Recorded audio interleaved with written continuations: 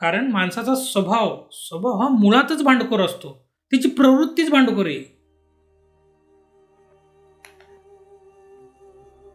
विचार करा याच्यावरती, हे असं का म्हणतोय? आपल्या अवतीभोवती बघा जरा, तुम्हाला समजेल. एखादी उदाहरणाची साखळी तुम्हाला सांगतो. आंतरराष्ट्रीय स्तर बघा. 2 देश जमिनीसाठी, तेलासाठी कोट्यावधी लोकांचा बळी घेतात. राष्ट्रीय स्तर बघा. जर देशात शांतता असेल, सगळं काही साम्य असेल, तर देशात 2 धर्माच्या नावाखाली तलवारी निघतात. लगेच लढवलं जातं या लोकांना. जातीय स्तर बघा. जर धर्मामध्ये शांतता असेल ना, तर जाती जातीमध्ये भांडणं लावली जातात आणि श्रेष्ठत्वाच्या लढाईमध्ये हे उतरतात.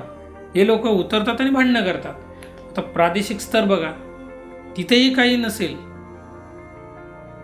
तर भाषेच्या नावावर किंवा प्रांताच्या नावावर माणसं एकमेकांची गळे कापतात. तर कौटुंबिक स्तर बघा. घरापर्यंत जेव्हा तुम्ही येता तेव्हा 2 भाऊ जमिनीसाठी भांडतात. पती पत्नी किरकोळ कारणावरून वाद घालतात, कोर्टापर्यंत पोहोचतात. मुलं आपल्या आई वडिलांशी संघर्ष करतात, काय काय तर घराच्या बाहेरही काढून देतात. आता यातून निष्कर्ष काय निघणार? भांडण ही माणसाच्या रक्तात आहे, अशी फक्त शंका नाही, हे वस्तुस्थिती आहे. छोट्या छोट्या कारणावरून माणूस भांडणं काढायला बघतो.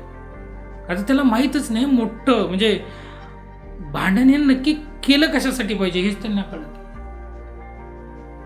एखाद्याला न्याय मिळवून देण्यासाठी भांडण असेल तर ते समजू शकतो.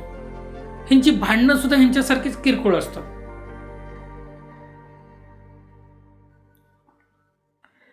फक्त त्यांची अवकात आणि साधन बदलतात.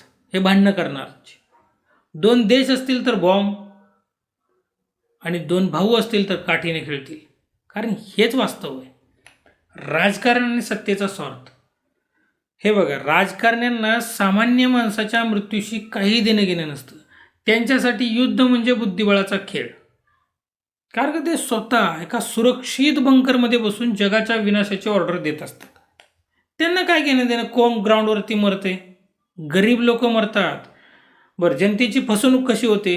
राष्ट्रवादाच्या नावाखाली गरिबांच्या मुलांना सीमेवर पाठवलं.